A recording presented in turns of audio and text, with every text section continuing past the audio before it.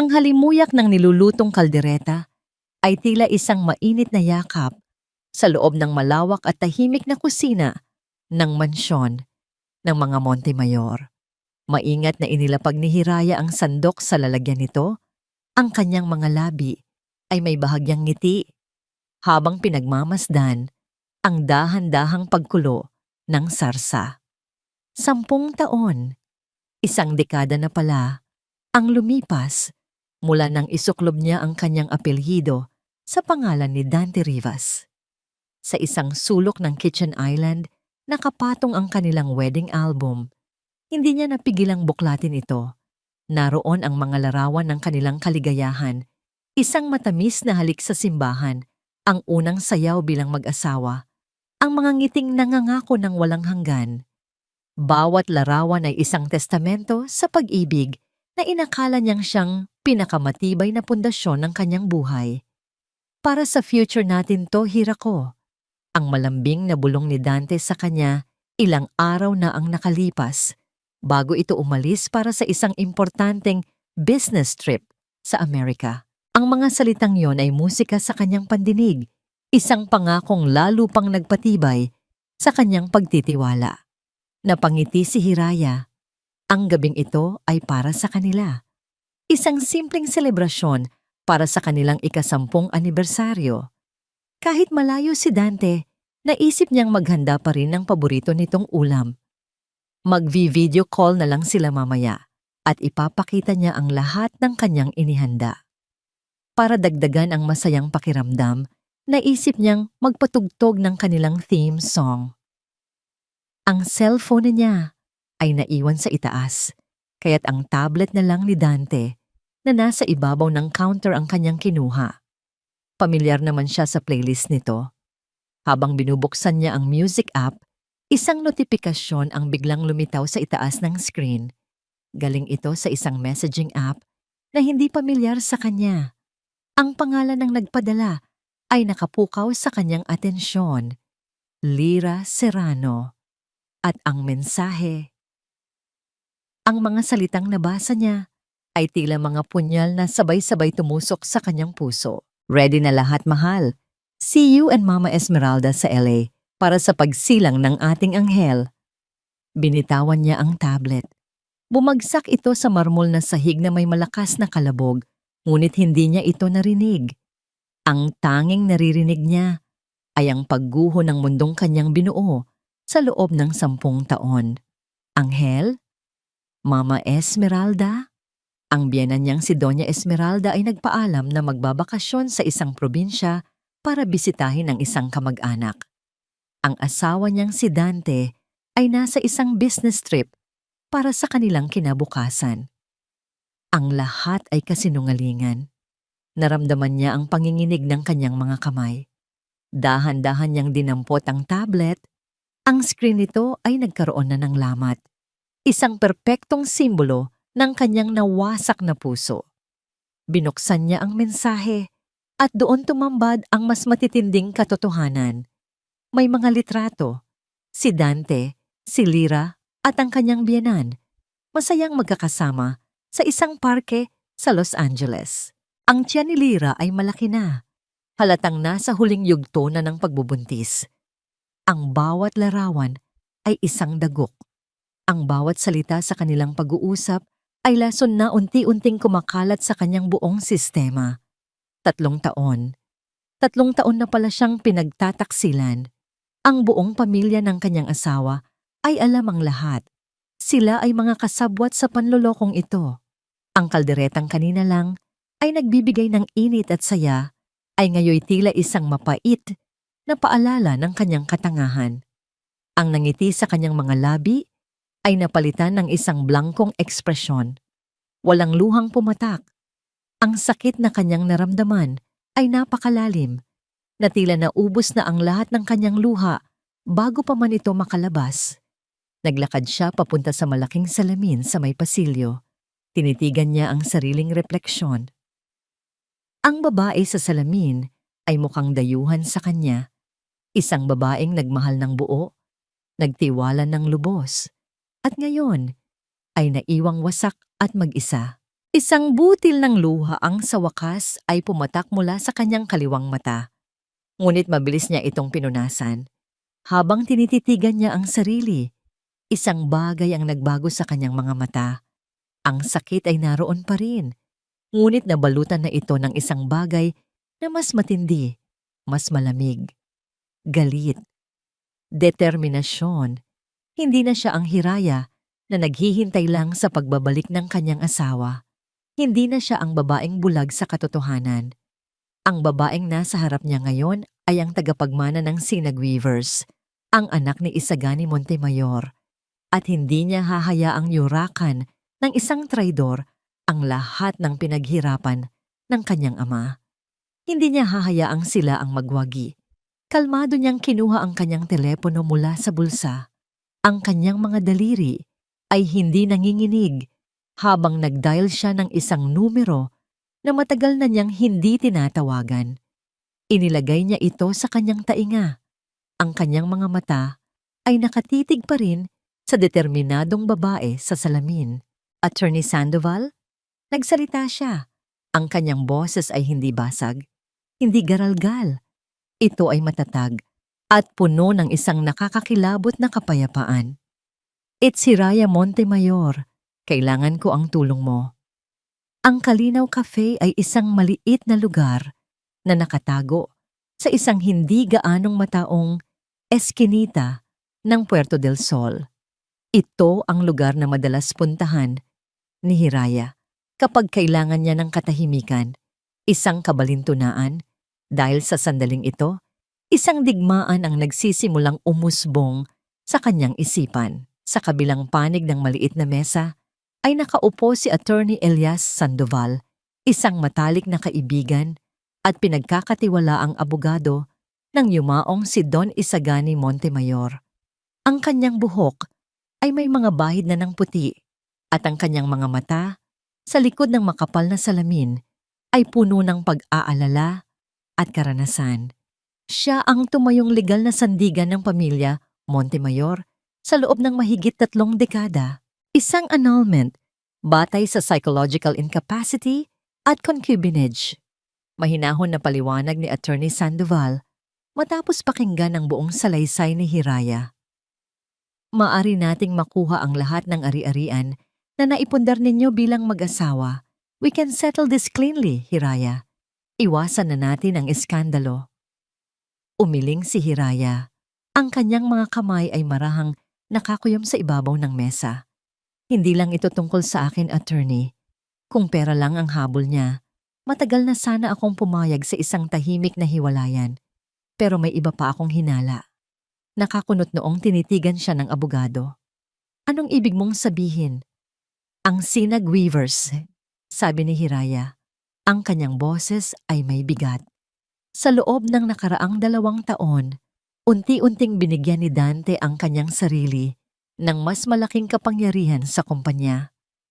Ako ang tagapagmana, ngunit siya ang kumikilos na parang hari. May mga desisyon siyang ginagawa na hindi ko alam, mga kontratang pinapasok na sa huli ko na lang nalalaman. Nakita niya ang pagbabago sa ekspresyon ni Attorney Sandoval. Ang dating pag-aalala ng isang kaibigan ay napalitan ng matalas na titig ng isang abogado.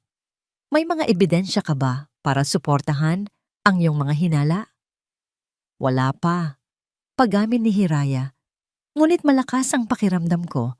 Dante is too smart. Hindi siya gagawa ng ganito kalaking hakbang. Ang pagdadala sa babae niya at sa buong pamilya niya sa Amerika? Kung hindi siya sigurado na mayroon siyang babalikan dito, at ang babalikan niya, attorney, ay ang kumpanya ng papa. Isang mahabang katahimikan ang namagitan sa kanila. Tanging ang tunog ng paggawa ng kape sa di kalayuan ang maririnig. Kung ganoon, basag ni Attorney Sandoval sa katahimikan, 2 kaso ang kailangan nating ihanda. Isang personal at isang corporate. Ang una ay para sa iyong kalayaan. Ang pangalawa ay para protektahan ang iyong mana. Tumango si Hiraya. Ito ang gusto niyang marinig. Ano ang unang hakbang? Ebidensya? Kailangan natin ng lahat ng pruweba na mahahanap natin.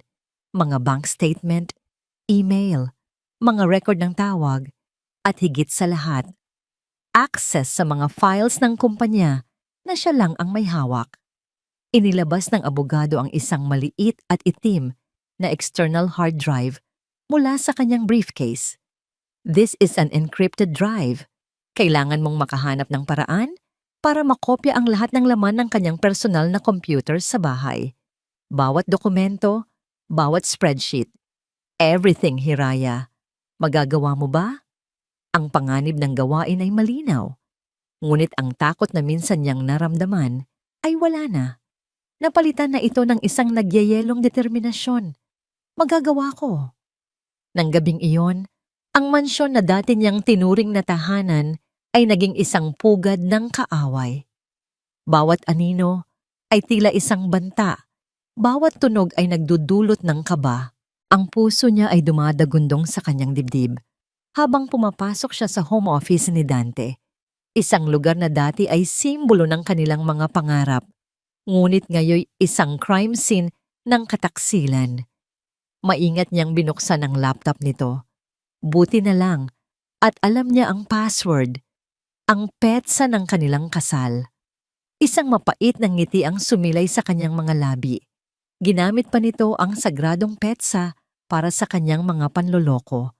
Isinaksak niya ang encrypted drive. Habang kinokopya niya ang mga file, ang progress bar sa screen ay tila tumatakbo ng napakabagal. Bawat segundo ay isang kawalang hanggan.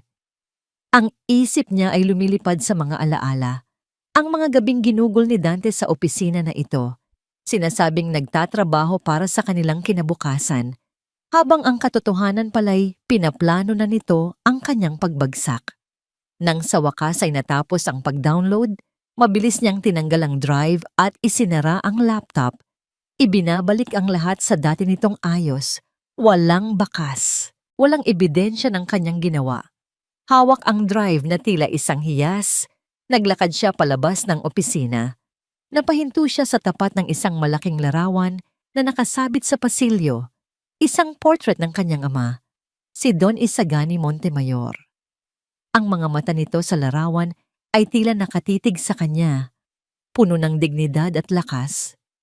Itinaas niya ang kanyang kamay at marahang hinaplos ang malamig na salamin ng picture frame. Hindi ko po sila hahayaan, Itay. Bulong niya sa hangin. Isang panata na tanging sila lang dalawa ang nakakarinig. Hindi ko hahayaang wasakin nila ang lahat ng pinaghirapan ninyo. Ibabangon ko ang Sinag Weavers para sa inyo. Sa gitna ng kanyang taimtim na pangako, biglang nag-ring ang kanyang telepono. Napatalon siya sa gulat. Nang makita niya ang pangalan ni Attorney Sandoval sa screen, mabilis niya itong sinagot. Nakuha ko na, sabi niya agad. Ang boses ay mahina, ngunit matatag. Mabuti, sagot ng abogado sa kabilang linya. Ngunit ang kanyang boses ay may kakaibang bigat at pagmamadali. Tila may natuklasan itong mas nakakabahala. Hiraya, mas malaki ito kaysa sa inaakala natin. Gumawa ako ng paunang pagsisiyasat sa mga pampublikong rehistro ng negosyo base sa mga pangalan ng kumpanya na nabanggit mo. May isang pangalan na paulit-ulit na lumalabas sa mga transaksyon. Lira Serrano. Ang mamahaling alak na Cabernet Sauvignon ay tila sumasayaw sa loob ng kristal na kopita habang marahan itong iniikot ni Dante Rivas. Mula sa kanilang mesa sa pinakatuktok ng isang marangyang restaurant sa Los Angeles, tanaw niya ang kumikinang na mga ilaw ng syudad. Isang karagatan ng mga bituin na tila sumasaludo sa kanyang tagumpay. Sa kanyang kanan, nakangiting nakatingin sa kanya si Lira Serrano. Ang kamay nito ay marahang nakahaplos sa umbok ng kanyang tiyan. Sa kanyang kaliwa, naroon ang kanyang inang si Doña Esmeralda. Ang mga mata nito ay nagniningning sa pagmamalaki na hindi maitatago ng suot nitong mga alahas. Isang tagay. Simula ni Doña Esmeralda, itinaas ang kanyang kopita. Para sa aking matalino at magiting na anak. At para sa aking pinakahihintay na apo, ang tunay na tagapagmana ng lahat ng yaman ng mga Rivas. at ng mga Montemayor. Nagtawanan sila, isang tunog na puno ng kasakiman at pananabik. Napakatalino ng iyong plano, anak. Dagdag pa ng matanda. Ang boses ay may bahid ng matagal ng kinikim-kim na pait. 10 taon kang nagtiis sa tabi ng babaeng iyon. 10 taon ng pagkukunwari. Ngunit sulit ang lahat. Sa wakas, ang nararapat ay mapupunta sa atin. Sumandal si Dante sa kanyang malambot na upuan. Isang ngangiting mayabang ang gumuhit sa kanyang mga labi. Hiraya was never my equal, Ma. She was a means to an end. Isang gintong susi para buksan ang pinto sa kayamanan ng kanyang ama. Naalala niya ang mga unang taon ng kanilang pagsasama. Si Hiraya, na puno ng tiwala at pagmamahal, napakadali nitong manipulahin. Ang bawat matamis na salita, bawat mamahaling regalo, bawat pangako ng walang hanggan ay isang bloke na ginamit niya para itayo ang bilangguang hindi nito namamalayan. Isang magandang hawla para sa isang ibon na hindi alam na malapit nang kunin ang kanyang mga pakpak. At ngayon, malapit na tayong maging malaya. Malambing na bulong ni Lyra, isinandal ang ulo nito sa balikat ni Dante. Ang kanyang mga mata ay parang bituin, puno ng pagsamba. Magkakaroon na tayo ng sarili nating pamilya, mahal, malayo sa anino niya. Tinitigan ni Dante ang babaeng nasa kanyang tabi. Si Lyra ang kanyang tropeo, ang simbolo ng kanyang panalo. Bata, maganda, at handang ibigay sa kanya ang isang anak na lalaki, isang bagay na hindi na ibigay sa kanya ni Hiraya sa loob ng 10 taon. Huwag kang mag-alala, Ma, sabi ni Dante sa kanyang ina, na napansin ang bahagyang pag-aalala sa mukha nito. Si Hiraya ay bulag sa pag-ibig. Hanggang ngayon, ang akala niya ay nasa isang business trip ako para sa kinabukasan naming dalawa. Muli silang nagtawanan. Sa gitna ng kanilang pagdiriwang, biglang nag-vibrate ang telepono ni Dante sa ibabaw ng mesa. Nang makita niya ang pangalan ni Hiraya sa screen, isang mapanuksong na ngiti ang sumilay sa kanyang mga labi. Tumingin siya kay Lyra at sa kanyang ina at marahan niyang itinuro ang telepono na tila sinasabing, "It's showtime." Sinagot niya ang tawag. Ang kanyang boses ay agad na nagbago. Puno ng paglalambing at pagkukunwaring pagod. "Hira ko, napatawag ka? Miss na kita." Sa kabilang linya narinig niya ang boses ni Hiraya. Basag at puno ng pag-aalala. Eksakto tulad ng inaasahan niya. "Dante, may problema. Malaking problema sa kumpanya." Nagkunwari siyang nagulat. "Ano? Anong nangyari?" Sumenya siya sa waiter para sa isa pang bote ng alak habang kumikindat kay Lyra. May mga discrepancies sa accounts. May malaking perang nawawala. Hindi ko alam ang gagawin. Kailangan ka rito? Sabi ni Hiraya. Ang sindak sa boses nito ay musika sa kanyang pandinig. Perpekto. Kumagat ito sa pain. Ang krisis pinansyal na siya mismo ang lumikha sa pamamagitan ng kanyang mga pekeng transaksyon ay gumagana ng ayon sa plano. Ito ang magiging dahilan para pilitin si Hiraya na pumirma sa mga dokumentong magbibigay sa kanya ng ganap na kapangyarihan sa Sinag Weavers. "Huwag kang mag-alala, Hira ko," sabi niya. Ang kanyang boses ay puno ng kasiguruhan ng isang bayani. "Lilipad ako pabalik dyan sa lalong madaling panahon. Aayusin natin to. Magtiwala ka lang sa akin." "Salamat, Dante." "Salamat," sagot ng babae sa kabilang linya. Ang boses ay puno ng pasasalamat at pag-asa. "I love you," sabi ni Dante. Bago pinatay ang tawag, ang mga salitang iyon ay lumabas sa kanyang bibig nang walang anumang emosyon, kasing lamig ng yelo sa kanyang baso. Ibinaba niya ang telepono at humalakhak ng malakas. Sinalubong ito ng tawa ni Doña Esmeralda at ng matamis na ngangiti ni Lyra. "Napakagaling mo, mahal," puri ni Lyra. Huwag kang mag-alala, ma. Aayusin ko 'to, sabi ni Dante. Inuulit ang kanyang sinabi kay Hiraya, ngunit ngayon ay may kasamang panunuya. Isang pirma lang niya ang kailangan at mapapasa atin na ang lahat. Kinuha niya ang kanyang telepono at mabilis na nag-type ng mensahe para kay Lyra. Kahit na ito'y nasa tabi lang niya, isang paraan ng pagpapakita ng kanyang ganap na kumpiyansa. Success. Konti na lang. Mahal. Ang tanga talaga niya. Pinindot niya ang send nang walang pag-aalinlangan, panatag sa isip na ang tagumpay ay abot kamay na niya. Hindi niya alam na sa Pilipinas, ang mensaheng yon ay hindi lang nabasa ni Lyra. Ito ay naging isa na namang ebidensya sa isang kasong dahan-dahang binubuo para wasakin ang mundong kanyang ipinagdiriwang. Ang tunog ng pagdating ng sasakyan ni Dante ay umalingaw-ngaw sa buong mansyon. Bawat alingaw-ngaw ay tila isang babala sa pandinig ni Hiraya. Huminga siya ng malalim, pinapakalma ang sarili, at inihanda ang maskarang isusuot sa susunod na mga oras. Ang babaeng sasalubong sa kanyang asawa ay hindi ang Hirayang nasasaktan at nagagalit. Ito ay ang Hirayang mahina, nalilito, at desperadong nangangailangan ng isang tagapagligtas. Pagbukas ng pinto, bumungad sa kanya si Dante. Ang itsura ay puno ng pag-aalala na halatang halata ang pagkukunwari. Mabilis itong lumapit at niyakap siya ng mahigpit. Hira ko, nandito na ako. Bulong nito sa kanyang buhok. Everything's going to be okay. Naramdaman ni Hiraya ang paninigas ng kanyang buong katawan. Ang yakap na dating nagbibigay sa kanya ng kapanatagan ay ngayoy parang isang kulungan ng ahas. Ang pamilyar na amoy ng pabango nito ay tila lason na sumisingaw sa hangin. Ngunit pinilit niyang yakapin ito pabalik.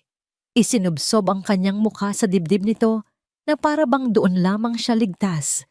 Kailangan niyang paniwalain ito. Kailangan nitong maniwala na siya pa rin ang asawa nitong walang muwang. Dante, natatakot ako, sabi niya. Ang kanyang boses ay sinadya niyang gawing garalgal at puno ng takot. Humiwalay ito sa yakap at marahang hinawakan ang kanyang mukha. Ako nang bahala. Nasaan ang mga papeles? Nasaan si Attorney Sandoval? Ang boses nito ay puno ng kumpiyansa. Ang boses ng isang haring handang bawiin ang kanyang kaharian. Sa loob ng home office, naghihintay na si Attorney Elias Sandoval. Ang kanyang mukha ay seryoso at ang mga dokumentong nakakalat sa mesa sa kanyang harapan ay nagpapakita ng isang malubhang krisis. Mr. Rivas, bati ni Attorney Sandoval. Tumayo ito bilang paggalang. Elias, sagot ni Dante. Tinapik ito sa balikat na parang isang matalik na kaibigan. Anong nangyayari sa kumpanya natin? Ang paggamit niya ng salitang natin ay tila isang sampal kay Hiraya. Ngunit hindi niya ipinahalata. Umupo siya sa tabi ni Dante, hinayaan itong hawakan ang kanyang kamay, at hinayaan si Attorney Sandoval na simulan ang palabas. May ilang malalaking accounts receivable na biglang naging questionable. Paliwanag ng abogado, itinuturo ang mga numero sa isang spreadsheet. At may mga biglaang pag-withdraw mula sa ating corporate accounts patungo sa mga supplier na hindi natin kilala. Kung hindi natin ito maaagapan, maaari tayong bumagsak sa loob lang ng ilang linggo. Si Hiraya ay yumuko, hinahaplos ang kanyang noo na para bang sasabog na ito sa sobrang pag-iisip. Hindi ko maintindihan, Dante. Sinubukan kong ayusin pero hindi ko kaya ng mag-isa. Nakita niya sa gilid ng kanyang mga mata kung paano tumingin si Dante sa kanya. Isang tingin ng pagkaawa na may halong pagmamaliit, eksakto tulad ng inaasahan niya. Para kay Dante, siya ay isang marupok na palamuti lamang, maganda sa paningin, ngunit walang silbi sa oras ng kagipitan. Shhh! Okay lang yan, sabi ni Dante. Hinahaplos ang kanyang likod. Tumingin ito kay Elias. So ano ang solusyon? Dito na pumasok ang pain. Inilabas ni Attorney Sandoval ang isang manipis na folder. Sa ngayon, kailangan nating i-consolidate ang decision-making power. Kailangan nating i-streamline ang proseso para mabilis tayong makakilos. Ang mga dokumentong ito ay pansamantalang magbibigay kay Hiraya ng awtoridad na i-freeze ang ilang mga assets at i-override ang ilang mga nakaraang kasunduan habang iniimbestigahan natin ang lahat. Kinunutan ng noo ni Dante ang abogado. Bakit kay Hiraya? Hindi ba't mas maganda kung ako ang... Dahil ikaw ang COO, Dante. Mabilis na sagot ni Elias. Kung ikaw ang gagawa nito, magkakaroon ng panic sa mga board members. Magmumukha itong isang power grab. Ngunit kung si Hiraya, bilang tagapagmana at may-ari, ang gagawa, ito ay lalabas bilang isang protective measure. Isang paraan para protektahan ang pamana ng kanyang ama. Mas madali itong tatanggapin ng lahat. Ang lohika ay perpekto. Ito ay tumama mismo sa ego ni Dante. Siya ang magiging bayani sa likod ng lahat, habang si Hiraya ang magiging mukha ng operasyon. Kinuha ni Dante ang mga dokumento. Bahagya lang niya itong binasa, mas focus sa pagpapakita ng kanyang kontrol sa sitwasyon. Nakita ni Hiraya kung paano lumipat ang mga mata nito sa mga pahina, ngunit hindi nito tunay na binabasa ang mga legal na terminong maingat na inilagay doon ni Elias. Mga terminong hindi lang nagbibigay kay Hiraya ng pansamantalang kapangyarihan, kundi permanenteng nagbabalik sa kanya ng ilang mahahalagang karapatan na matagal nang kinuha ni Dante. Okay, sabi ni Dante. Kinuha ang kanyang Montblanc pen, isang regalo mula kay Hiraya noong kanilang ika-5 anibersaryo. Let's save this company. Pinanood ni Hiraya ang dulo ng panulat habang marahan itong gumuguhit sa papel. Ang bawat letra ng pangalan ni Dante Rivas ay tila isang hakbang papalapit sa kanyang hustisya at isang hakbang papalapit sa sariling kapahamakan nito. Nang itinaas ni Dante ang panulat, isang nangiti ng tagumpay ang sumilay sa mukha nito. Ngumiti rin si Hiraya pabalik, isang nangiti ng pasasalamat at ginhawa. Ngunit sa loob-loob niya, isang malamig na apoy ang nagliliyab. Nang makaalis si Dante para kausapin ang mga accountant, naiwan si Hiraya at si Attorney Sandoval sa opisina. Stage 1 is complete, sabi ng abogado sa mahinang boses. Tumango lang si Hiraya. Ngunit sa pagtayo niya, isang matinding kirot ang biglang naramdaman niya sa kanyang sikmura na tila may isang kutsilyong biglang itinarak doon. Napahawak siya sa mesa para suportahan ang sarili. Hiraya, ayos ka lang? Nag-aalalang tanong ni Elias. Oo, sabi niya, hirap sa paghinga. Stress lang siguro to.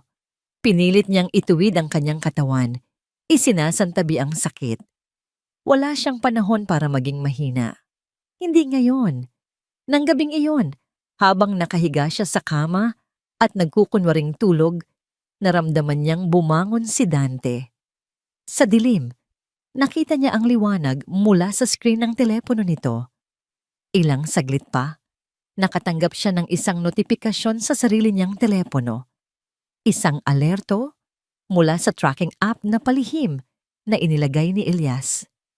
Binuksan niya ito. Ito ay isang kopya ng mensaheng ipinadala ni Dante. Ang tatanggap, Lira Serrano. Ang mga salita ay maikli, ngunit sapat na para patigasin ang kanyang puso na parang bato. Success. Konti na lang. Mahal. Ang tanga talaga niya. Isinara ni Hiraya ang kanyang mga mata. Hindi Dante. Hindi siya tanga. At ang sakit na una niyang inakala na dulot lamang ng stress ay naging isang palagiang anino. Ito'y isang matinding kirot na bumibigwas sa pinakasentro ng kanyang pagkatao. Isang paalala na habang kinokontrol niya ang laban sa panloloko ni Dante, may isang kaaway sa loob ng kanyang katawan na hindi niya nakikita. Sinubukan niyang baliwalain ito. May mga araw na tinitiis niya ang pananakit, dinadaan sa trabaho at sa pagpaplano kasama si Attorney Sandoval. Ngunit may mga gabi, tulad ngayon, na napapaupo na lang siya sa gilid ng kama, yakap-yakap ang kanyang tiyan, ang kanyang paghinga ay mababaw at pinipilit. Walang ibang paraan. Kinabukasan, sa kabila ng kanyang pag-aatubili, nagtungo siya sa pinakamalapit na ospital. Ang amoy ng antiseptic sa klinika ng doktor ay tila lalong nagpatingkad sa kanyang kaba. Ang mga puting pader ay tila lumiliit papalapit sa kanya. Matapos ang sunod-sunod na eksaminasyon at isang endoscopy na tila tumagal ng isang kawalang hanggan, heto siya ngayon, nakaupo sa tapat ng isang doktor na may mabait, ngunit seryosong mukha. Mrs. Montemayor, simula ni Dr. Alcaraz, maingat na inilapag ang mga resulta ng pagsusuri sa kanyang mesa.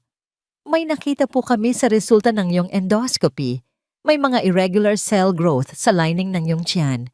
Nag-request kami ng agarang biopsy at lumabas na po ang resulta kaninang umaga. Hindi kumurap si Hiraya. Ang kanyang mga kamay ay malamig na parang yelo habang nakapatong sa kanyang mga hita. Ano po ang resulta, Doc? Huminga ng malalim ang doktor. Ang saglit na katahimikan na yon ay mas mabigat pa kaysa sa anumang salita. Ang mga cells na nakita namin ay malignant. Mayroon kang stomach cancer, Hiraya. Stage 1, cancer. Ang salitang yon ay isang hatol, isang kulog na yumanig sa pundasyon ng kanyang pagkatao. Tila biglang huminto ang pag-inog ng mundo. Ang boses ng doktor ay naging isang mahinang ugong na lang sa kanyang pandinig. Nagpapaliwanag tungkol sa mga opsyon, sa surgery, sa chemotherapy, sa mga survival rate. Ang isip ni Hiraya ay lumutang. Ang lahat ng kanyang plinano, ang paghihiganti, ang pagbawi sa Sinag-Weavers, ang pagbibigay ng leksyon kay Dante, ay tila biglang nawalan ng kulay. Paano siya lalaban sa isang laban na ganito kalaki kung ang sarili niyang katawan ay siya ring kalaban? Kailangan nating kumilos ng mabilis, patuloy ng doktor. The earlier we schedule the surgery to remove the tumor, the higher the chance of full recovery. We need to get it all.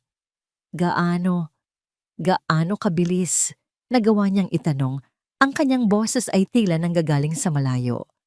As soon as possible, sa loob ng ilang linggo. Tumangulang si Hiraya. Nagpasalamat siya sa doktor, kinuha ang mga papeles, at naglakad palabas ng klinika na parang isang multo. Hindi niya matandaan kung paano siya nakarating sa parking lot, kung paano niya nabuksan ang pinto ng kanyang sasakyan. Nang makaupo na siya sa driver's seat, doon bumuhos ang lahat. Isinandal niya ang kanyang noo sa manibela at ang mga luhang kanina pa niya pinipigilan ay rumagasa na parang isang sirang dam. Humagulgol siya. Isang iyak na puno ng sakit. Hindi lang dahil sa hatol ng karamdaman, kundi dahil sa tindi ng kawalang katarungan. Bakit ako? Pagkatapos ng lahat ng ginawa nila sa akin, bakit ako pa ang kailangang dumaan dito? Pinagsusuntok niya ang manibela. Ang kanyang mga balikat ay nanginginig sa tindi ng kanyang pagtangis.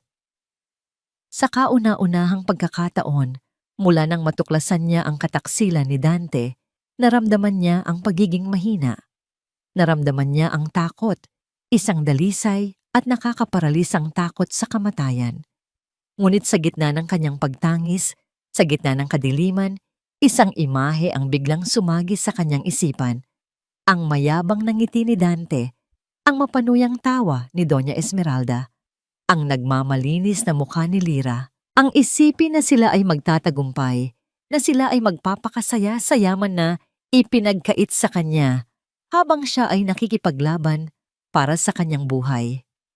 Isang bagong apoy ang biglang nag-alab sa kanyang puso. Tinutupok ang takot. Itinaas niya ang kanyang ulo. Tumingin siya sa kanyang refleksyon sa rearview mirror. Ang kanyang mukha ay basang-basa ng luha, ang kanyang mga mata ay namumugto. Ngunit sa likod ng lahat ng iyon, may isang bagong ningning, isang mapanganib, at hindi matinag na determinasyon. Ang hatol na ito ay hindi isang katapusan. Ito ay isang taning, isang deadline. Wala na siyang panahong maging biktima, wala na siyang panahong magdalamhati. Ang bawat segundo ay mahalaga. Kailangan niyang tapusin ang laban na ito bago siya pumasok sa isa pang laban para sa kanyang buhay. Mabilis niyang kinuha ang kanyang telepono. Ang kanyang mga daliri na kanina lang ay nanginginig ay ngayoy matatag na nagdial sa numero ni Attorney Sandoval. Elias, sabi niya nang sagutin nito ang tawag. Ang kanyang boses ay hindi nagaralgal. Ito ay kalmado, ngunit may bigat ng bakal.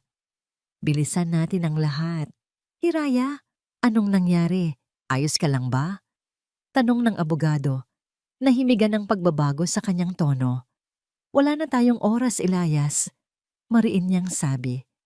Gawin mo na ang lahat ng kailangang gawin. Ilatag mo na ang huling patibong. Kailangan nating tapusin to. Ngayon na. Narinig niya ang pag-aalala sa boses ng abogado. Ngunit narinig din nito ang determinasyon sa kanyang mga salita.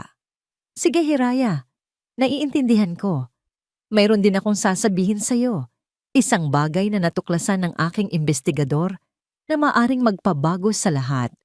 Ano yon? Tanong ni Hiraya. Handa nang marinig ang anumang balita. Isang saglit na katahimikan ang namayani sa kabilang linya bago nagsalita si Elias. Ang kanyang boses ay seryoso. Hiraya, may nalaman ako tungkol sa pamilya ni Lira Serrano.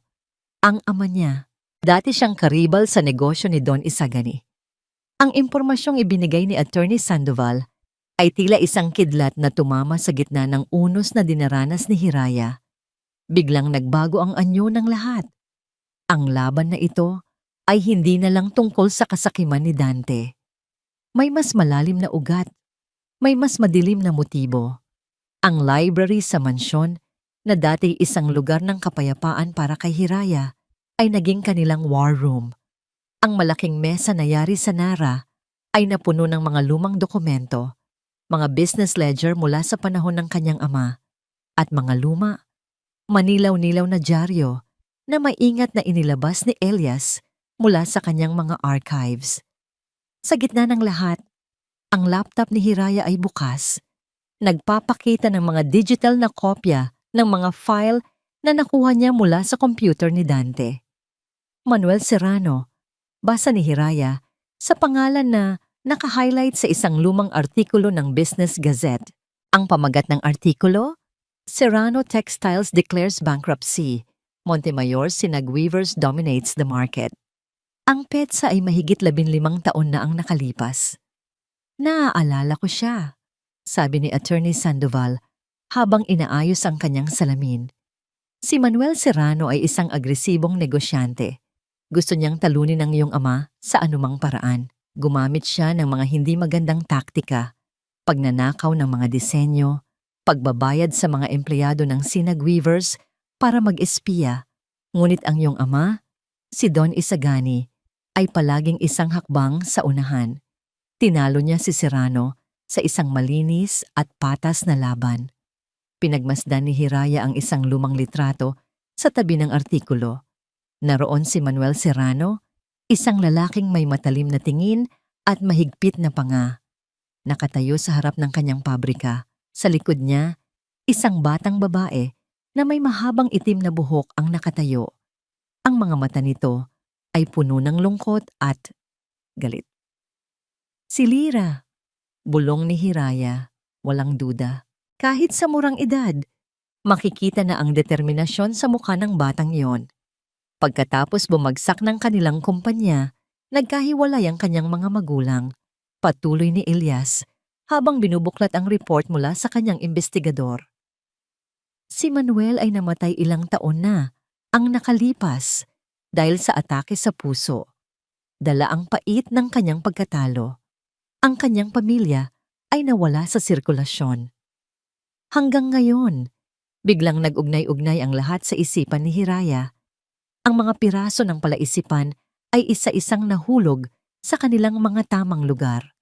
Si Lyra Serrano ay hindi isang simpleng kirida na nagkataong nakilala ni Dante. Ang kanilang pagkikita ay plinano. Ang kanyang pag-ibig ay isang sandata. Naalala niya ang mga unang taon nang ipakilala ni Dante si Lyra bilang anak ng isang kakilala na nangangailangan ng trabaho.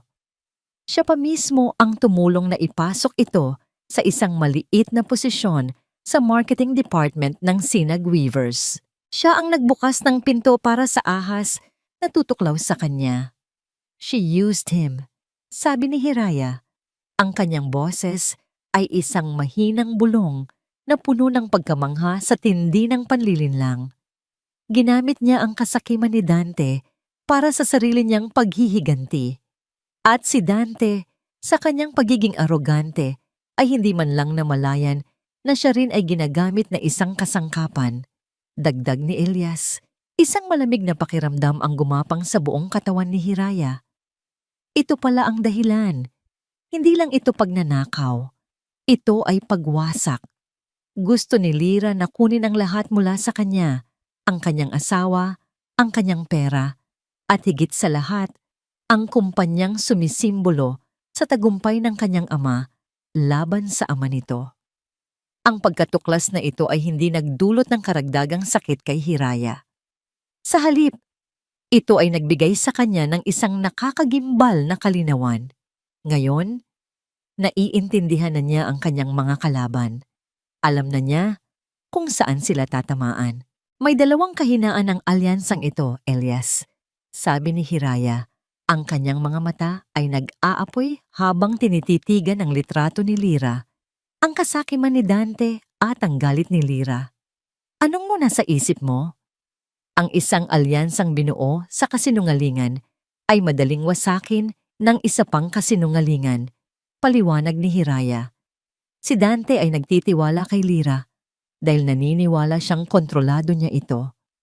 Si Lyra ay nagtitiwala kay Dante dahil naniniwala siyang pareho sila ng layunin. Kailangan nating sirain ang tiwalang iyan. Kailangan nating itanim ang binhi ng pagdududa. Tumayo siya at naglakad patungo sa bintana, pinagmamasdan ng hardin na minsan niyang inalagaan ng may pagmamahal. Ngayon, ang nakikita niya ay isang larangan ng digmaan. Si Dante ay sakim sa pera at kapangyarihan. Si Lyra ay uhaw sa paghihiganti. Ngunit ang kanilang pinakamalaking kahinaan ay ang kanilang pagtitiwala sa isa't isa. Gagamitin natin ang galit niya laban sa kanya at ang kasakiman ni Dante laban sa kanilang dalawa. Tumingin siya kay Attorney Sandoval, ang kanyang desisyon ay buo na. Elias, kailangan kong malaman ang lahat tungkol sa nakaraan ni Lyra. Bawat detalye, bawat sikreto, gagamitin natin ang mga yon para ipamukha kay Dante na ang babaeng pinagkakatiwalaan niya ay may sariling agenda. Hahayaan nating sila mismo ang magwasakan sa isa't isa. Ito ay isang mapanganib na laro. Hiraya, babala ng abogado. Lumingon si Hiraya at sa unang pagkakataon, isang malamig na ngiti ang sumilay sa kanyang mga labi. Isang ngiting hindi pa nakikita ni Elias kailanman. May sakit akong cancer, Elias. Wala na akong kinatatakutan. Nasa kalagitnaan si Dante ng isang business call sa kanyang suite sa Los Angeles, nagbibigay ng mga utos na may awtoridad. Nang isang email notification ang lumitaw sa screen ng kanyang laptop. Ang sender ay hindi pamilyar. Isang serye lamang ng mga numero at letra. Ang subject line ay blanco. Karaniwan binubura niya ang mga ganitong uri ng email. Ngunit sa pagkakataong ito, dahil sa isang hindi maipaliwanag na udyok, binuksan niya ito. Ang laman ng email ay maikli lamang, isang pangungusap at isang attachment. May mga bagay na hindi mo alam tungkol sa babaeng pinagkakatiwalaan mo. Sa ilalim nito ay isang litrato. Ito ay isang luma at medyo malabong larawan ni Lyra.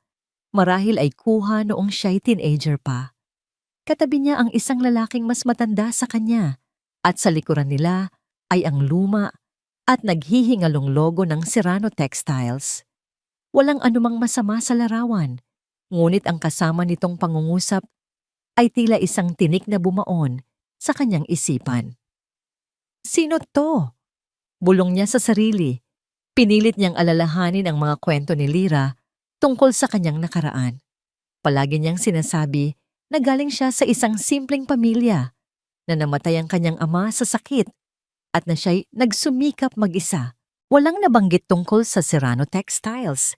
Isinara niya ang email, pilit na iwinawaksi ito sa kanyang isipan. Gawa-gawa lang ito, marahil ay isang taong naiinggit sa kanya. Ngunit ang binhi ng duda ay naitanim na. Kinagabihan, habang ka-video call niya si Lyra, hindi niya maiwasang pagmasdan ito sa ibang paraan. Ang bawat ngiti, bawat matamis na salita ay tila mayroon ng ibang kahulugan. Kamusta ang baby natin? Tanong niya. Sinisikap na panatilihing normal ang kanyang boses. Malikot siya ngayon. Mahal. Sagot ni Lyra habang hinihimas ang kanyang tiyan. Siguro ay nasasabik na siyang makita ang kanyang papa. Lyra, biglang sabi ni Dante, hindi na napigilan ng sarili. May itatanong ako sa'yo, Serrano Textiles. Pamilyar ba sa'yo ang pangalang yan? Nakita niya ang bahagyang pagbabago sa mga mata ni Lyra sa screen. Isang kislap ng pagkagulat na mabilis din nitong itinago. Ngumiti ito. Isang ngiting tila pilit. Serrano? Kapareho ng apelyido ko pero hindi ko yata alam yan. Bakit, mahal? Wala naman. May nabasa lang ako. Pagsisinungaling niya. Ang pagtanggi nito, sa halip na magpakalma sa kanya, ay lalo lang nagpalakas sa kanyang pagdududa. Bakit ito magsisinungaling sa isang simpleng bagay? Sa mga sumunod na araw, ang maliit na pagdududang iyon ay lumaki na parang isang lason. Nagsimula siyang maging mas mapagmasid. Napansin niya na palaging itinatago ni Lyra ang kanyang telepono, na may mga pagkakataong lumalabas ito para sagutin ang isang tawag. Kapag tinatanong niya kung sino iyon, ang palaging sagot ay isang kaibigan lang o wrong number. Isang gabi, habang naliligo si Lyra, hindi na niya natiis. Kinuha niya ang telepono nito mula sa bedside table. Nakalock ito. Ngunit alam niya ang passcode, ang petsa ng kanilang unang pagkikita. Habang binubuksan niya ang call log, naramdaman niya ang bilis ng tibok ng kanyang puso. Karamihan sa mga tawag ay mula sa kanya o sa kanyang ina. Ngunit may isang numero na paulit-ulit na lumalabas at ang mga log ng tawag na ito ay palaging binubura. Mabilis niyang kinopya ang numero sa sarili niyang telepono bago ibalik ang telepono ni Lyra sa dati nitong lugar. Kinabukasan, tumawag siya sa numerong iyon gamit ang isang burner phone. Isang boses ng lalaki ang sumagot. Hello? Hindi nagsalita si Dante. Ngunit sapat na ang narinig niya para kumpirmahin ang isa sa kanyang mga hinala. Ang boses ay pamilyar. Ito ang boses ng isa sa mga junior executive sa Sinag Weavers, isang taong tapat kay Hiraya. Anong ugnayan mayroon si Lyra sa isang taong malapit sa kanyang asawa? Ang lahat ng kumpiyansa ni Dante ay unti-unting gumuho. Ang babaeng inakala niyang isang transparent na baso ay biglang naging isang madilim at malalim na balon. Sino ba talaga si Lyra Serrano? Ano ang tunay niyang motibo? Siya ba ay kasama niya sa laban na ito? O isa lamang espiya na naghihintay ng tamang pagkakataon para saksakin siya sa likod? Ang isipan na siya, si Dante Rivas, ang dakilang manlalaro, ay maaaring niloloko lamang, ay isang sampal sa kanyang ego. Hindi niya ito matanggap. Kailangan niyang malaman ang katotohanan. Nagpasya siyang gumawa ng isang hakbang na hindi inaasahan. Sinabihan niya si Lyra na may biglaang problema sa Pilipinas at kailangan niyang manatili doon ng mas matagal kaysa sa inaasahan. Nakita niya ang lungkot sa mukha nito, ngunit mayroon ding bahagyang ginhawa. Isang detalyeng hindi niya pinalampas. Mag-iingat ka, mahal, sabi nito sa kanya. Bumalik ka agad. Oo naman, sagot niya. Ngunit sa isip niya, iba ang kanyang plano. Hindi niya ipinaalam dito na ang flight na kanyang binuok ay hindi para sa susunod na linggo, kundi para sa susunod na araw. Uuwi siya nang hindi nito inaasahan. Susubukin niya ang katapatan nito. Habang nag-iimpake siya ng kanyang mga gamit, ang kanyang isip ay puno ng mga tanong. Ngunit sa gitna ng lahat, isang bagay ang malinaw. Ang perpektong mundong kanyang binuo ay may mga lamat na at hindi niya alam kung sino ang tunay na may hawak ng martilyo. Ang paglipad, pabalik sa Pilipinas, ay hindi naging payapa para kay Dante. Bawat kilometro na nilalakbay ng eroplano ay nagpapalapit sa kanya sa katotohanan o sa isang mas malalim na kasinungalingan. Ang dating kumpiyansa ay napalitan ng isang mainit na galit at malamig na pagdududa. Paglapag niya sa Maynila, hindi siya umuwi sa mansyon. Dumiretso siya sa isang hotel. Mula doon, sinimulan niya ang kanyang sariling investigasyon gamit ang isang tracking app na palihim niyang inilagay sa telepono ni Lyra. Bago siya umalis, nalaman niya ang bawat galaw nito. Sa loob ng 2 araw, walang anumang hinala. Mga biyahe lang sa mall, sa doktor para sa check-up. Nagsimula nang isipin ni Dante na baka praning lang siya, na baka ang email ay isang paninira lamang. Ngunit sa 3 araw, ang tracker ay tumigil sa isang lugar na hindi pamilyar. Isang maliit at halos hindi pansining coffee shop sa Quezon City, malayo sa mga sosyal na lugar na madalas nilang puntahan. Ito na yon. Mabilis siyang nagmaneho patungo sa lugar. Mula sa kanyang sasakyan sa kabilang kalye, kitang-kita niya si Lyra sa loob, nakaupo sa isang mesa sa may bintana. Ang kanyang puso ay kumabog ng mabilis. Ilang sandali pa, isang lalaki ang pumasok at umupo sa tapat nito. Si Dante ay naniga sa kanyang upuan. Ang lalaki ay hindi niya kilala. Hindi ito ang executive na pinaghihinalaan niya. Ngunit ang paraan ng kanilang pag-uusap, palihim, seryoso, at ang pag-abot ng lalaki ng isang brown envelope kay Lyra ay sapat na para sumiklab ang apoy ng kanyang galit. Hindi na siya nag-aksaya ng panahon. Bumaba siya ng sasakyan, tumawid ng kalye, at pumasok sa coffee shop. Ang tunog ng maliit na kampana sa pinto ay nagpahinto sa lahat. Nakita niya ang gulat sa mga mata ni Lyra nang makita siya nito. Ang mukha nito ay biglang namutla na parang papel. Ang lalaking kasama nito ay nataranta. Hindi malaman ang gagawin. "Dante!" Bulalas ni Lyra. Mabilis na tumayo. Anong ginagawa mo rito? Akala mo nasa Amerika pa ako?" Putol ni Dante. Ang kanyang boses ay malamig at puno ng panganib. Tumingin siya sa lalaking kaharap nito. "Sino ka?" Ang lalaki ay nanginginig. Ako po si Attorney Villanueva." "At ano ang laman ng sobreng yan?" tanong ni Dante.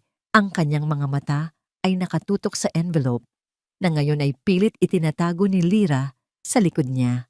Habang nagaganap ang komprontasyon sa Quezon City, sa library ng mansyon sa Puerto del Sol, si Hiraya at Attorney Sandoval ay nasa gitna ng kanilang huling paghahanda. Sa ibabaw ng mesa ay nakalatag ang isang set ng mga dokumento. Mas makapal at mas komplikado kaysa sa mga naunang pinirmahan ni Dante. Ito ang huling bitag. Nandito ang lahat.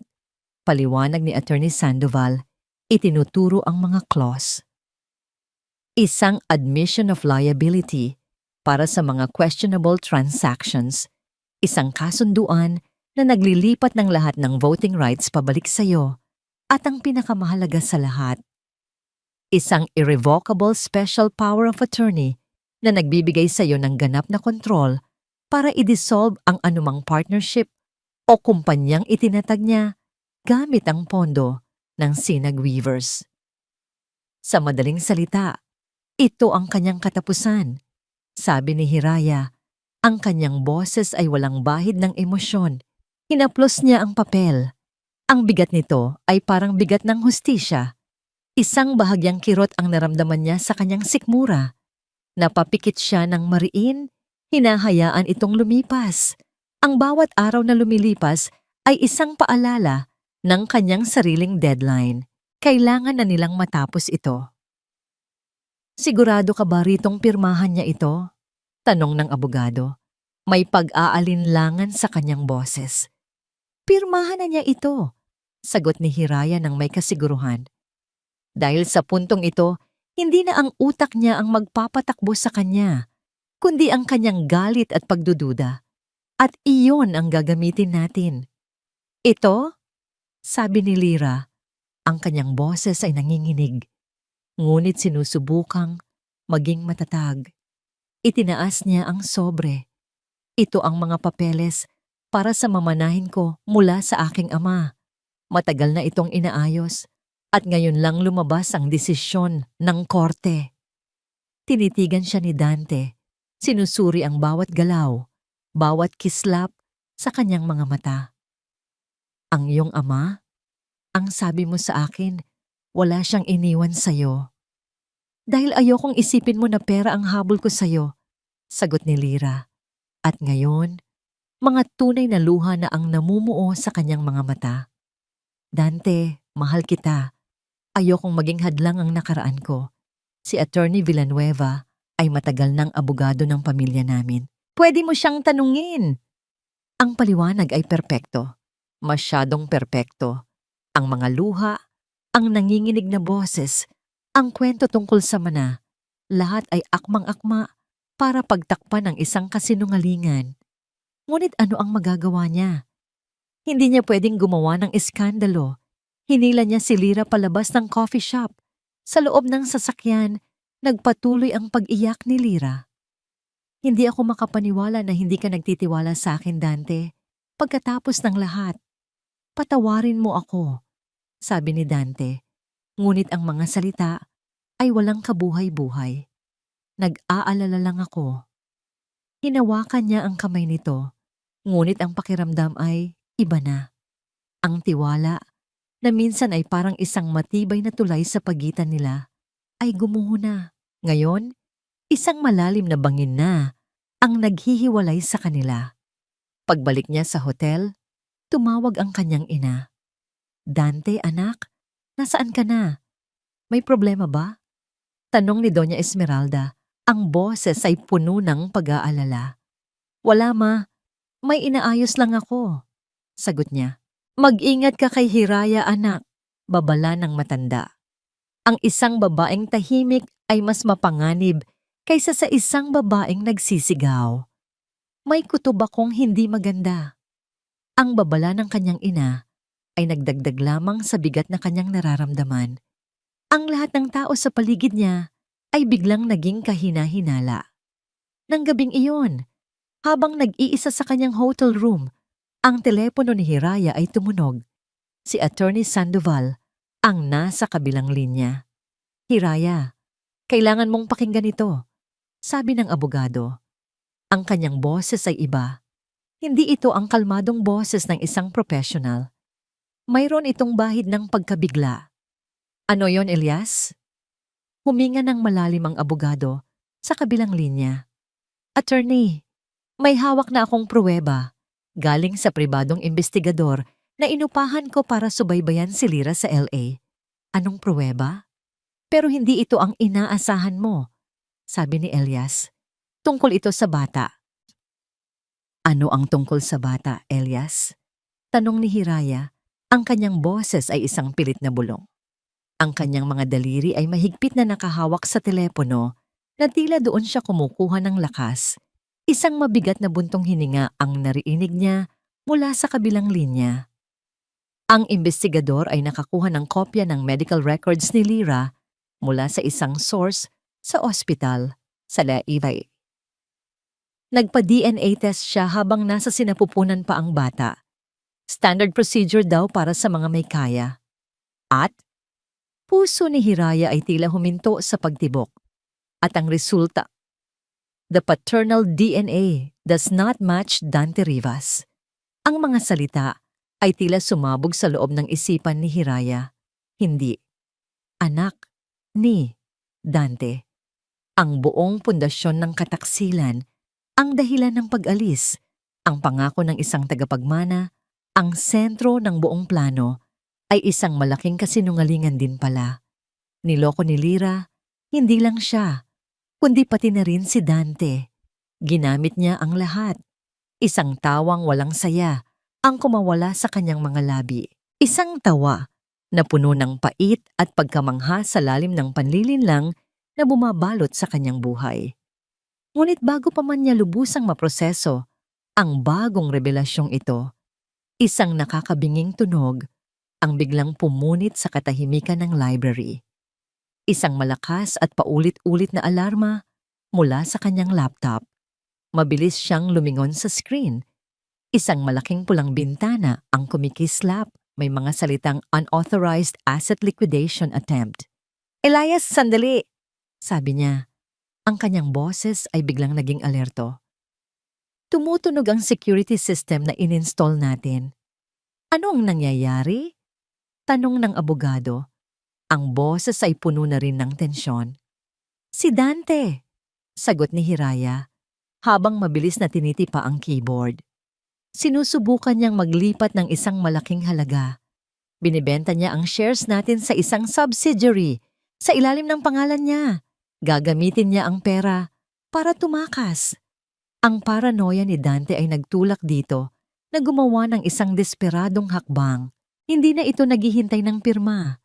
Gumagawa na ito ng sarili niyang paraan para makakuha ng pondo at sa proseso, wawasakin niya ang integridad ng Sinag Weavers. "Kailangan nating pigilan yan," sigaw ni Elias sa telepono.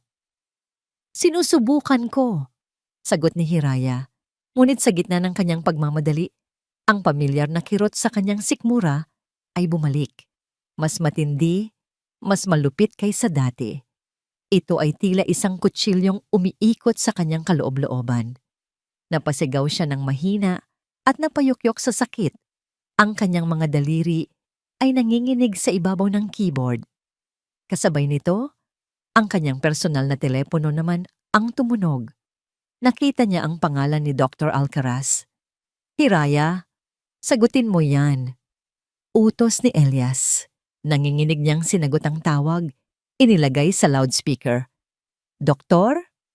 "Hiraya, I'm glad I reached you," sabi ng doktor. Ang kanyang boses ay seryoso at walang paligoy-ligoy. "I've reviewed your latest blood works. We can't delay this any longer. I need you in the hospital tonight. We're scheduling your surgery first thing tomorrow morning. This is no longer a request, Hiraya. This is a medical necessity." Ang mundo ni Hiraya ay gumuho. Lahat ay nangyayari ng sabay-sabay. Ang panloloko, ang pagnanakaw, ang sakit. "Hindi pa po pwede, Doc," sabi niya. Ang boses ay basag na. "You don't understand. Every hour you delay is a risk." Giit ng doktor. Ibinaba niya ang tawag. Tumingin siya sa laptop kung saan patuloy na kumikislap ang pulang babala. Tumingin siya sa mga dokumento sa mesa, ang kanyang plano, na tila nawawalan na ng saysay. At naramdaman niya ang sakit sa kanyang katawan, isang orasan na nagbibilang pababa. Umupo siya sa kanyang silya, sa gitna ng dilim ng library, na tanging ilaw lang mula sa laptop ang nagbibigay liwanag. Sa sandaling iyon, naramdaman niya ang bigat ng lahat. Pagod na siya. Para saan pa ang lahat ng ito? Maaari siyang ang mamatay sa operasyon bukas. At si Dante ay makakatakas, dala ang pera, kasama ang isang babae at isang anak na hindi pala sa kanya. Ang lahat ay mawawala. Talo siya. Ngunit habang nakatitig siya sa kawalan, ang kanyang mga mata ay napadpad sa report ng investigador na ipinadala ni Elias. Ang report ng Coco tungkol sa DNA test. Dahan-dahan niya itong kinuha. Binasa niya ulit. Paternal DNA does not match. Isang bagong lakas, isang kakaibang kalinawan, ang biglang bumuhos sa kanyang pagkatao. Ito na pala iyon. Ito ang sandata na hindi niya alam na hawak-hawakan niya. Ang plano ay hindi nasira. Kailangan lang nitong magbago ng anyo. Ang krisis na ito ay hindi isang katapusan. Ito ay isang pagkakataon. Tumayo siya, hindi na iniinda ang sakit. Ang kanyang mukha, na kanina lang ay puno ng pagdurusa, ay ngayon naging isang blangkong maskara ng determinasyon. Kinuha niya ang kanyang telepono. Alam niya kung ano ang kailangan niyang gawin. Hindi na niya kailangang hintayin ang umaga. Ang paghuhukom ay magaganap ngayong gabi. Dinial niya ang numero ni Dante. Bawat ring ay tila isang martilyo ng tadhana. Nang sa wakas ay sumagot ito, ang kanyang boses ay kalmado na parang isang lawa na walang alon. Isang kalmadong nakakatakot. Dante, kailangan nating mag-usap. Ngayon din. Hiraya? Anong? Sa opis na. Sa Sinag Weavers Building. Putol niya. Dalhin mo lahat ng dokumento na kailangan nating ayusin. Narinig niya ang pag-aalinlangan sa boses nito. Bakit ngayon pa? Gabi na. Dahil wala nang bukas para sa kumpanya kung hindi natin ito gagawin ngayon. Sabi ni Hiraya, ang bawat salita ay may bigat. Oras na para iligtas ang kumpanya o ang matitira dito. Ang conference room ng Sinag Weavers ay tila isang malamig na hawla, mataas sa ibabaw ng kumikinang na syudad ng Puerto del Sol. Ang mahabang lamesa na yari sa salamin ay sumasalamin sa mga ilaw, tila isang nagyeyelong ilog sa pagitan ng dalawang magkalabang panig. Sa isang dulo ay nakaupo si Hiraya. Ang kanyang mukha ay kalmado na parang isang estatwa. Sa tabi niya ang laging handang si Attorney Elias Sandoval. Ang bawat pagkirot sa kanyang sikmura ay isang paalala ng orasan na tumatakbo laban sa kanya. Ngunit hindi niya ito ipinahalata. Ang kanyang lakas ngayon ay hindi nagaling sa kanyang katawan, kundi sa isang determinasyong mas matibay pa sa bakal. Nang bumukas ang pinto, pumasok si Dante. Ang kanyang itsura ay magulo. Ang kanyang mga mata ay may madilim na bilog sa ilalim. Ngunit ang kanyang paglakad ay puno pa rin ng dating kayabangan. Dala niya ang isang itim na briefcase na inilapag niya sa mesa na may malakas na kalabog. Nandito na ako, sabi niya. Ang kanyang boses ay may bahid ng inis. Ano itong emergency na mas importante pa sa pagligtas sa sarili kong kumpanya? Maupo ka, Dante. Mahinahong sabi ni Hiraya. Umupo si Dante sa kabilang dulo ng mesa. Nilalatag ang mga dokumento na dala niya. Pinag-aralan ko ang ginawa mong pag-freeze sa assets. Isang malaking pagkakamali, Hiraya. Pinahina mo tayo.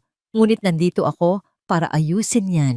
Handa na ang mga papeles para i-liquidate ang ilang non-performing assets at ilipat ang pondo para takpan ang mga pagkakautang.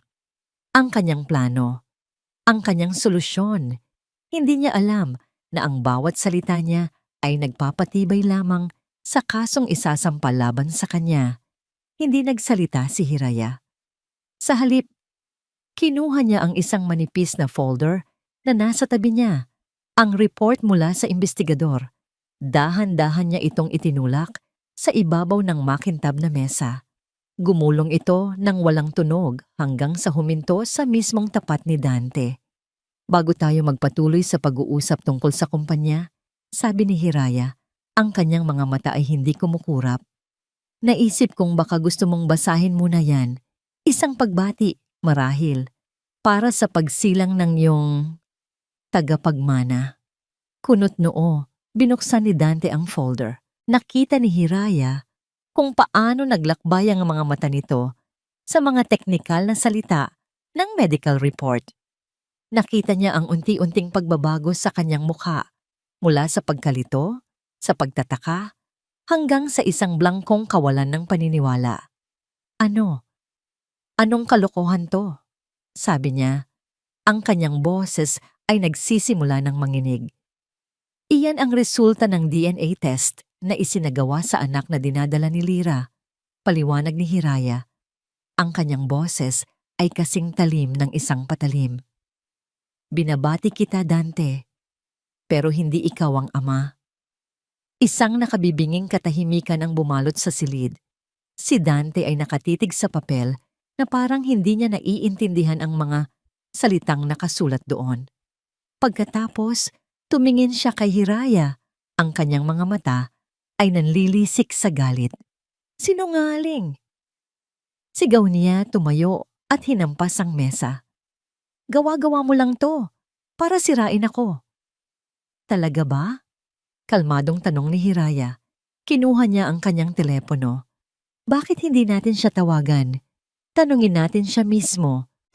Bago pa man makaprotesta si Dante, idinial na niya ang numero ni Lyra at inilagay sa loudspeaker. Nang sumagot si Lyra, ang boses nito ay malambing. Mahal, tumawag ka. Lyra, putol ni Dante. Ang kanyang boses ay isang sigaw na puno ng sakit at galit. Sabihin mo sa akin ang totoo. Kaninong anak yang dinadala mo? Narinig nila ang pag-igting ng paghinga ni Lyra sa kabilang linya. Di Dante, anong pinagsasabi mo? Siyempre sa'yo. Sinungaling, muling sigaw ni Dante. Hawak ko ang resulta ng DNA test. Sino siya, Lyra? Sino? Ang linya ay napuno ng pagtanggis ni Lyra, ng kanyang mga pagtanggi at mga palusot. Ang alyansang binuo nila sa panloloko ay gumuho sa loob lamang ng ilang segundo sa gitna ng kanilang mga sigawan at akusasyon. Wala kang kwenta. Huling sigaw ni Dante bago niya marahas na pinatay ang tawag. Siya ay humihingal. Ang kanyang mukha ay pulang-pula sa galit. Ang kanyang buong mundo ay nawasak. Tumingin siya kay Hiraya. Ang kanyang mga mata ay puno ng pagkamuhi. Ikaw ang may pakana ng lahat ng ito. Tapos ka na ba? Tanong ni Hiraya. Itinulak ni Attorney Sandoval ang huling set ng mga dokumento patungo kay Dante. Kung tapos ka na sa personal mong drama, mayroon pa tayong kumpanyang kailangang iligtas. Tiningnan ni Dante ang mga papeles na parang lason. Ano to? Iyan ang huling paraan, sabi ni Elias. Isang kasunduan para bigyan si Hiraya ng ganap na kapangyarihan para ayusin ang lahat ng gusot na ito. Pirmahan mo yan, Dante, at baka may maisalba pa tayo. Si Dante ay tumawa, isang tawang walang buhay. Ang kanyang isip ay wala na sa katinuan. Ang natitira na lang ay ang kanyang ego at ang pagnanais na manalo, kahit sa huling sandali. Para ano? Para ibigay sa iyo ang lahat? Hindi. Kung gayon, hahayaan nating bumagsak ang lahat, sabi ni Hiraya. Nagsimulang ayusin ang kanyang mga gamit na para bang aalis na. Hahayaan kong malaman ng buong mundo kung paano mo nilustay ang pera ng Sinag Weavers. Iyon ang huling tulak. Sa kanyang galit at desperasyon, hinablot ni Dante ang panulat. Hindi na niya binasa ang mga nakasulat. Ang tanging nakikita niya ay ang mukha ni Hiraya, ang babaeng inakala niyang kaya niyang kontrolin, na ngayon nakatayo bilang saksi sa kanyang pagbagsak. Fine! Sigaw niya. Sa isang marahas na galaw, nilagdaan niya ang bawat pahina. Ang kanyang pirma ay halos pumunit sa papel. Ito ay hindi isang pagsuko. Ito ay isang akto ng pagsuway. Isang huling pagpapakita ng kapangyarihan. Nang ibagsak niya ang panulat sa mesa, isang nangiti ang sumilay sa kanyang mga labi na para bang siya ang nanalo. Ngunit ang nangiting iyon ay agad na naglaho. Kasabay ng pagbitaw niya sa panulat, ang mga pinto ng conference room ay marahang bumukas. 2 unipormadong pulis, kasama ang ilang mga ahente na nakasibilyan, ang pumasok sa silid. Dante Rivas? Tanong ng isa sa kanila. Ang boses ay formal at walang emosyon. Tumingin si Dante mula sa mga pulis patungo kay Hiraya. Ang kanyang mukha ay isang maskara ng total na pagkalito at pagkatakot. Doon niya lang naintindihan. Ang babaeng kaharap niya ay hindi naglalaro para manalo. Naglalaro ito para pumatay. Dante Rivas, ulit ng pulis. Arestado ka para sa kasong estafa at falsification of documents. Walang gulo, walang sigawan. Ang pag-aresto kay Dante Rivas ay naganap ng may nakakabinging katahimikan. Ang dating kayabangan nito ay gumuho, napalitan ng isang blangko at hindi makapaniwalang pagtitig habang pinupusasan ng mga pulis ang kanyang mga kamay. Hindi lumingon si Hiraya habang inilalabas siya ng silid. Narinig na lang niya ang pag-click ng pinto. Isang tunog na nagsara sa isang kabanata ng kanyang buhay na puno ng sakit at panlilinlang. Nang sila na lang ni Attorney Sandoval ang naiwan, doon lang naramdaman ni Hiraya ang pagod. Ang lakas na nagpatayo sa kanya sa loob ng nagdaang mga linggo ay biglang nawala. Napahawak siya sa mesa, ang kanyang mga binti ay nanginginig. "Hiraya," sabi ni Elias, mabilis na lumapit para alalayan siya. "Tapos na. Nanalo tayo." "Hindi pa ba?" bulong ni Hiraya, habang isang panibagong alon ng sakit ang dumaloy sa kanyang katawan. "May isa pa akong laban." Mula sa opisina, dumiretso sila sa ospital. Ang mga kumikinang na ilaw ng syudad na dinaanan nila ay tila mga malalayong bituin mula sa isang ibang mundo. Sa loob ng sasakyan, binuksan ni Elias ang radyo, isang breaking news ang bumungad sa kanila.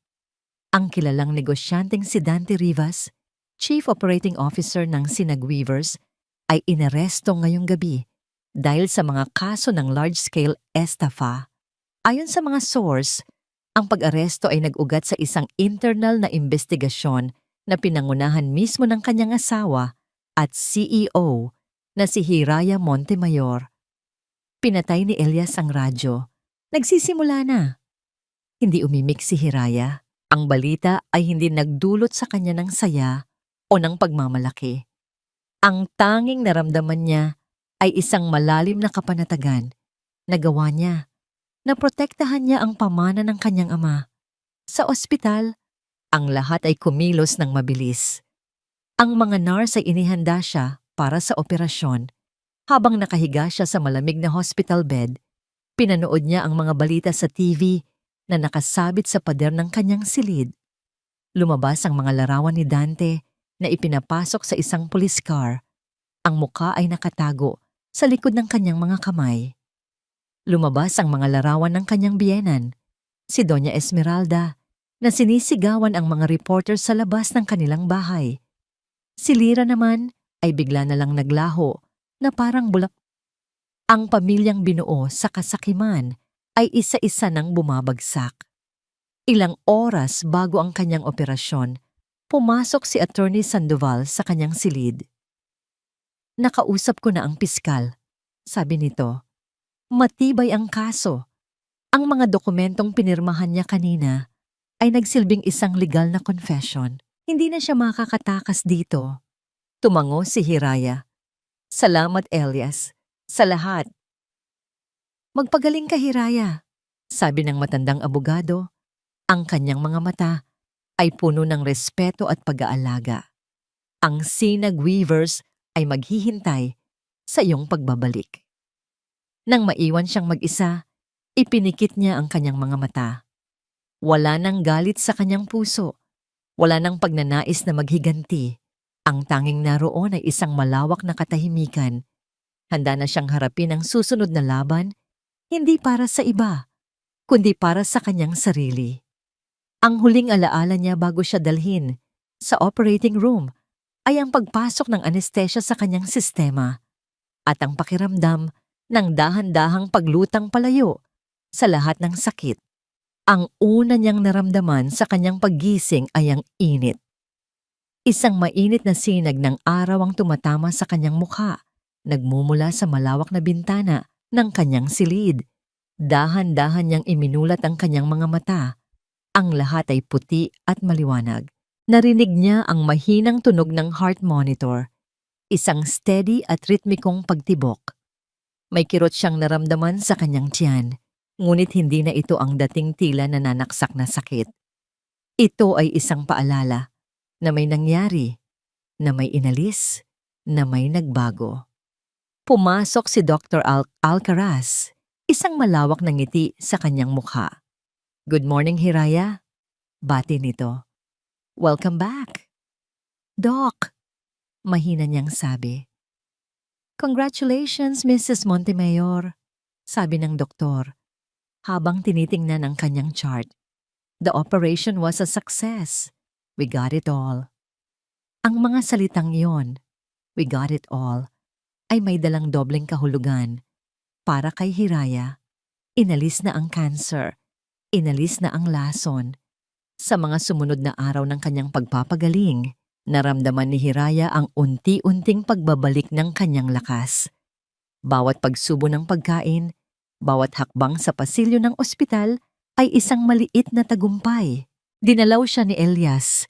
Ibinalita ang pag-usad ng kaso, ang pag-freeze sa lahat ng bank accounts ng mga Rivas, at ang unti-unting pag-stabilize ng Sinag Weavers sa ilalim ng pansamantalang pamamahala. Isang hapon, habang nakaupo siya sa tabi ng bintana at pinagmamasdan ang paglubog ng araw, naramdaman niya ang isang bagay na matagal na niyang hindi nararamdaman. Pag-asa. Ang laban ay tapos na. Parehong laban. At siya, si Hiraya Montemayor, ay nakatayo pa rin. Nasugatan, nagbago, ngunit buo. Ang pagsikat ng araw kinabukasan ay hindi lang isang bagong araw. Ito ay isang bagong umaga para sa kanya. Isang bagong simula. 6 na buwan ang lumipas. Ang Hiraya Montemayor na naglalakad ngayon sa pasilyo ng Sinag Weavers ay ibang-iba na sa babaeng minsan ay nabuhay sa anino ng isang mapanlinlang na pag-ibig. Ang kanyang buhok ay mas maikli na ngayon. Isang modernong gupit na nagpapatingkad sa kanyang matatag na panga. May maliit na peklat sa ilalim ng kanyang damit. Isang permanenteng paalala ng laban na kanyang ipinanalo. Ngunit ang kanyang mga mata ay nagniningning ng may bagong sigla at karunungan. "Good morning, Ma'am Hira," bati ng mga empleyado habang siya'y dumaraan. Ngumingiti siya pabalik, isang tunay at mainit na ngiti.